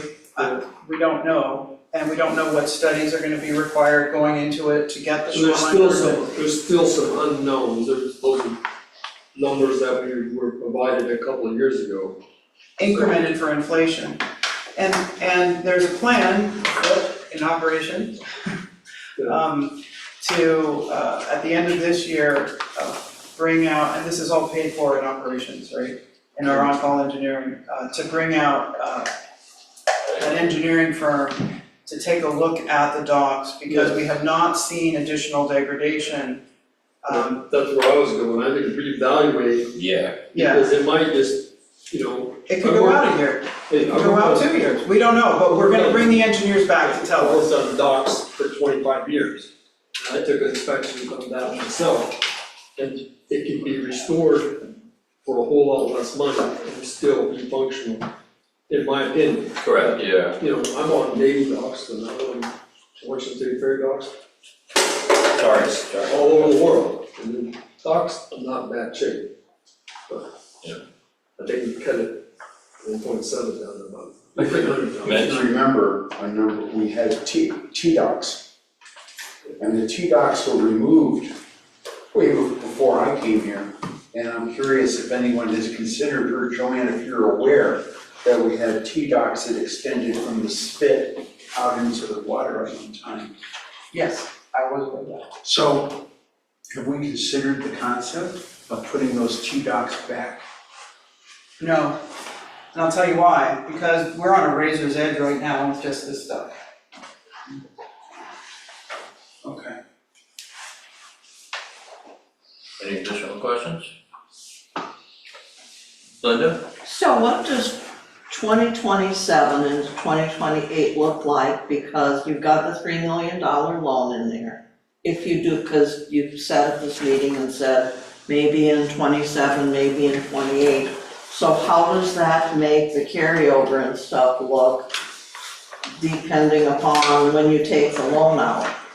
Because everything looks Well, fine. right now, the full loan amount is anticipated to be brought in next year, but it's a construction loan, so it's tied to construction. So if for some reason there's a delay in breaking ground or getting the permits, that might affect the timing of that loan. But we currently anticipate to complete construction in 2027. It's a relatively straightforward project.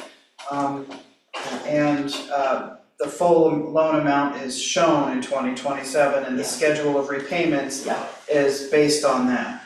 However, reality rears its ugly head, and that schedule may shift if there is a delay in the construction. Because I just wanted to emphasize that it's a construction loan. And that means you don't just get the money, you pay it out to pay for the construction.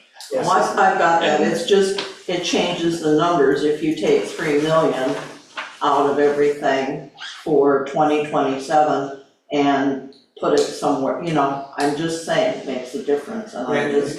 I guess, Linda, I guess we could think about it like this, so some of these construction costs spilled over into 2028, then part of that loan draw would just spill over into 2028 along with it, but they would balance out. That's the point, I'm just looking at the residuals, and when we get down into $25,776 left over in 2029, It's that's a all. zero-sum game, Yeah. because it's a draw. Just looking at some of these numbers, they're just really low, guys. They're really scary. I mean, again, that's why it is a very conservative spreadsheet.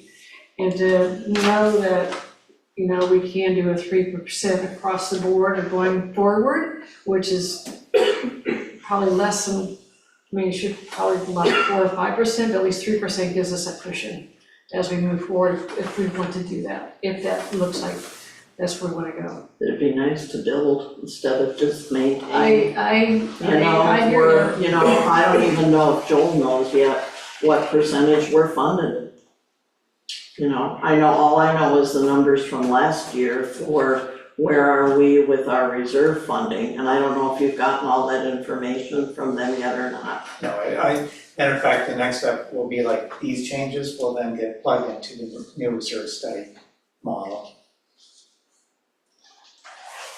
But it won't be. I don't see us moving forward, we chose to put no increase in SURF last year. No, we did, actually, because of you, we did. Well, 50,000. 50,000. 50, it was a minimal amount, it's 50,000, yeah. Then that can't be, because in your ops budget, you have the 250,000. No, actually, last year it was 300,000. It was 300 last year. Was it 300? It was originally Okay. 300,000, it was actually at your insistence, then we dropped it down to 250, and I put that into SURF. You convinced It's everyone. just, my whole point is 50,000 is nothing. We need to be able to have contribution from the members in the association.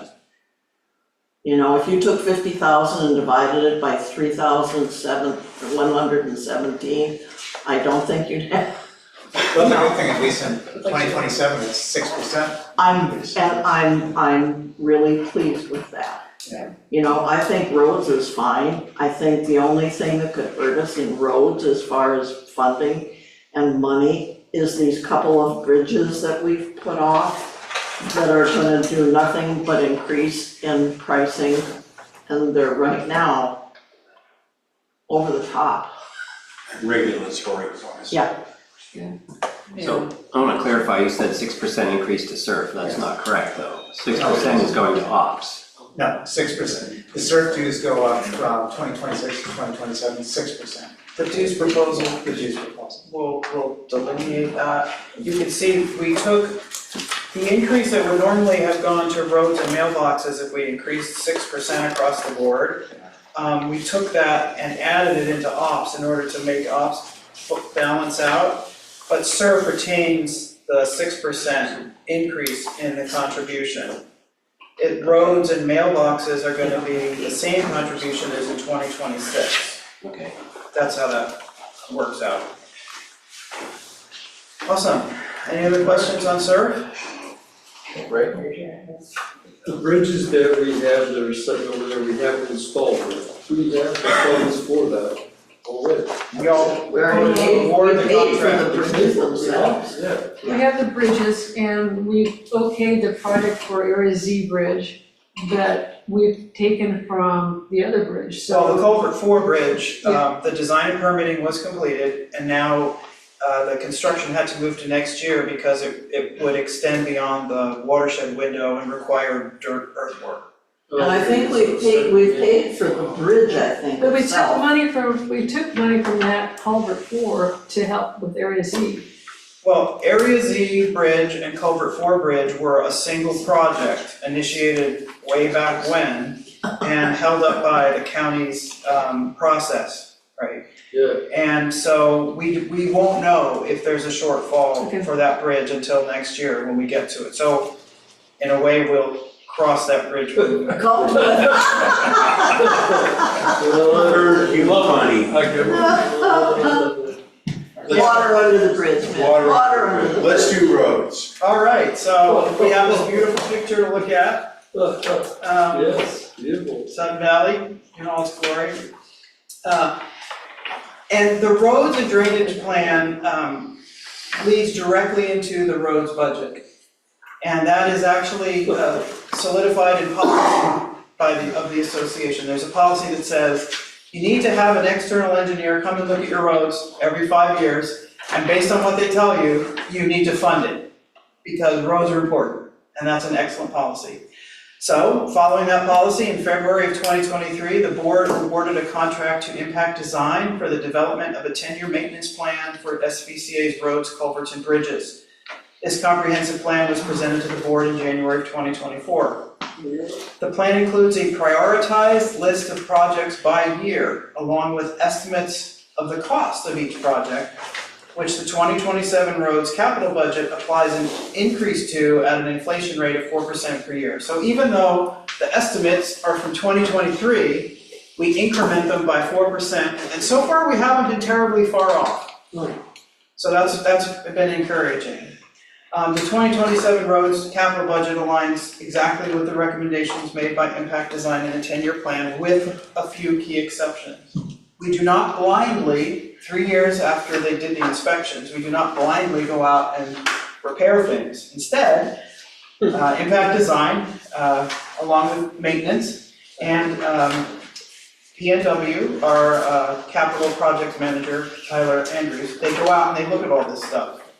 And they determine whether, is this truly the worst road, and should this overlay happen this year? Should these asphalt repairs be made? Has this culvert degraded? Does it need to be replaced, or do we need to make a shift? And that is completed every year. Now, this is a 10-year roads and drainage plan, but the policy calls for it to be repeated every 5 years. And the reason for that is because reality is never exactly what you think it's gonna be, right? Projections are guesses, and they're educated guesses, but they can still be wrong. So every 5 years, we redo the work, we inspect, all that good stuff, and the engineers come back with a refreshed plan, and at that time, we'll do a major refresh on the roads budget. Okay? We added 2 projects to the roads budget that were not in the 10-year roads plan. One of them is planned for next year, and it's $130,000 allocated towards repainting fog lines on primary and secondary roads. This has been a request of the membership for multiple years. It is expensive to do, mostly because we have to sweep those streets and clear all the dirt off before we can paint the fog lines. If only you had your own streets. If only we had, or a lot of people with brooms. I'll go do my front, I'll go do the front of my property. Anyhow, I wanted to call that out because so many people have asked for that, and we finally have reacted and been able to react, and we put that money in the budget. The other thing is that we found out that in rebuilding Barn 6 here, we would be required to make pretty significant drainage upgrades down here, and every one of us who parks over there sees that the drainage is, could be improved. And the county is requiring drainage improvements to the rec corridor in order to give us the permit to replace Barn 6. And that's about, how much do we put in your drawing? 500,000 is about. What page? Yeah, Actually, you'll see that it's the last line on the first page. Recreation corridor, yeah, it's line 67. Okay, and the rest of this is simply, you saw it last year, now it's 1 year further into it, but it's the same projects, the same amounts, and Joel, do you want to talk about the residual? Well, you can see, obviously, I already explained for SERP, the beginning, ending numbers, the exact same thing applies with this. You can see the residuals, on the very last page. At the end of 2027, 1.4 million, 2028, 1.07 million, 2029, 867,000, so on and so forth. And you can, the lowest year is 2032, well, actually 2033, where it's real close to 309,000, then it builds up again, where at the end of 2036, it's 2.1 million. So we are in good shape on roads, and by continuing to invest at these same levels, we'll keep the roads in good shape. By maintaining the roads, ultimately you save money because the base doesn't degrade. It's much cheaper to replace asphalt than it is to rip up and replace the foundation of those roads. So we want to make sure we keep on it. I don't know if any of you remember here, but back in 2023, we paid about $15,000 for a little dump truck or dump trailer for maintenance. And the stated purpose for that trailer, Matt's smiling, was to go and pick up cold patch so we could fill potholes. And I don't think this association has ever made a more popular or useful investment. Because when maintenance goes around and patches those holes, it's a temporary fix for sure, but man, it beats bottoming out your car in a hole. And of course, it preserves the surrounding asphalt. And so I can't emphasize enough how important it is to spend money to save money. And we see that in maintenance. We see that in turf because we've invested in better equipment, right, to reduce the rate of repairs and the cost of repairs. We see that in golf by bringing those carts in. So there have been smart decisions made by the association that are paying dividends. The survey that we just completed, the approval rating for roads or the satisfaction with roads has increased since 2020.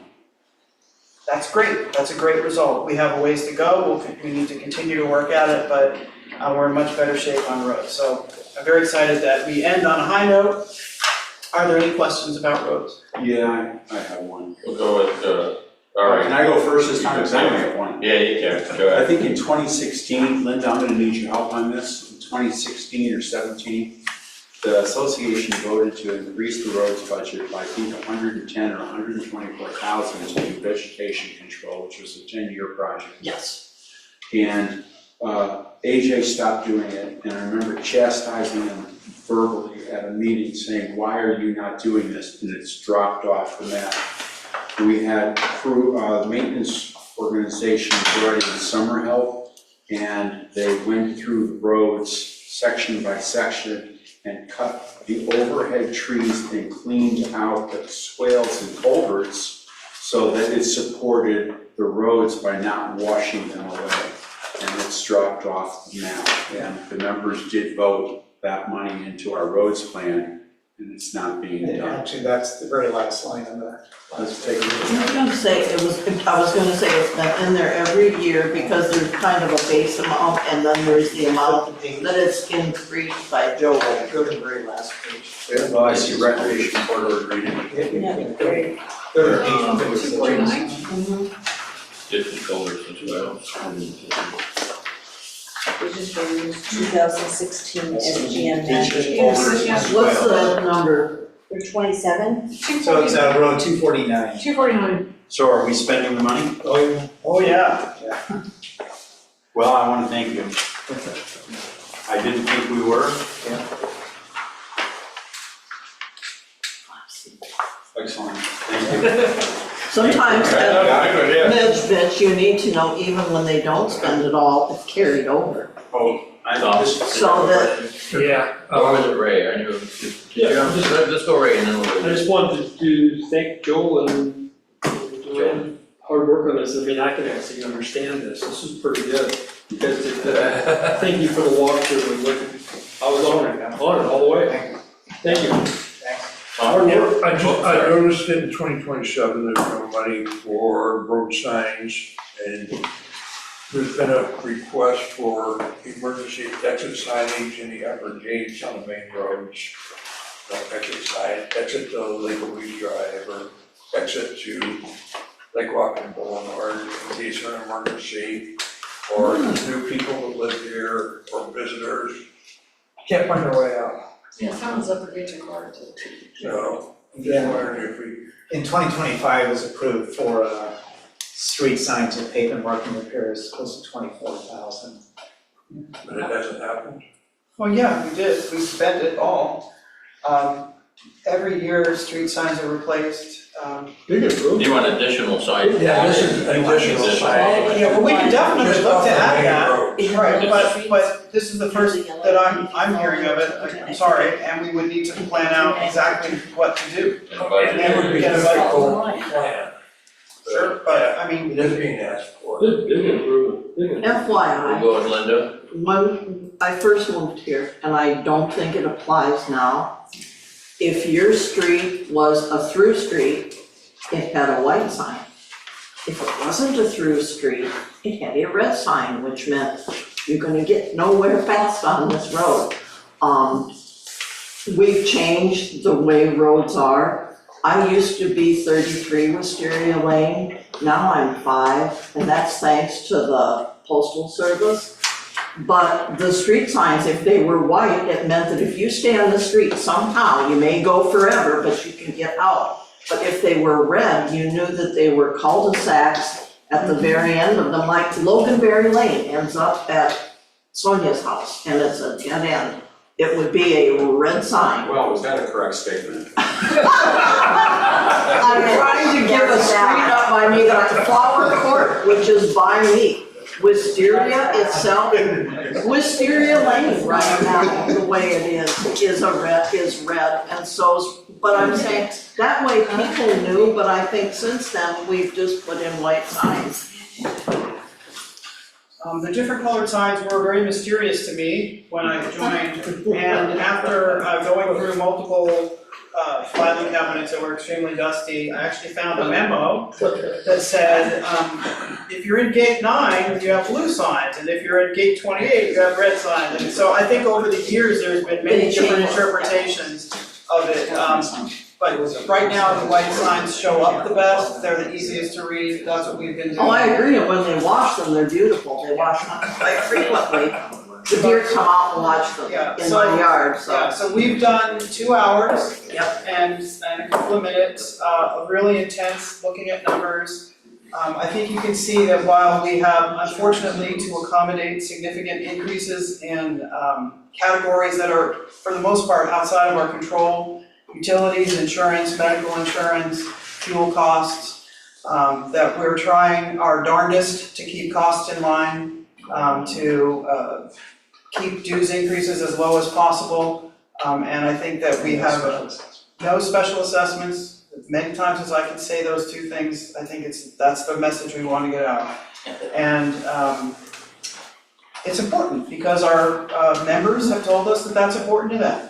So it is very important to us, and I really appreciate your attention to this. I'm sure there'll be more questions, but I would encourage people to come out again to that August 15th meeting to give us their feedback, their take on all of this, and to allow us the opportunity to answer their questions. So thank you for your attention. Thank you, Joy. Thank you very much. Are we having a meeting tomorrow, folks? No, it's not we today. covered everything tonight. Okay. Well, I know, but I'm just saying it's on the schedule, folks. I'd like to make a motion to adjourn the meeting at 9:06. Second. All in favor? Aye. Thank you all very much, and thank management as well, appreciate you guys.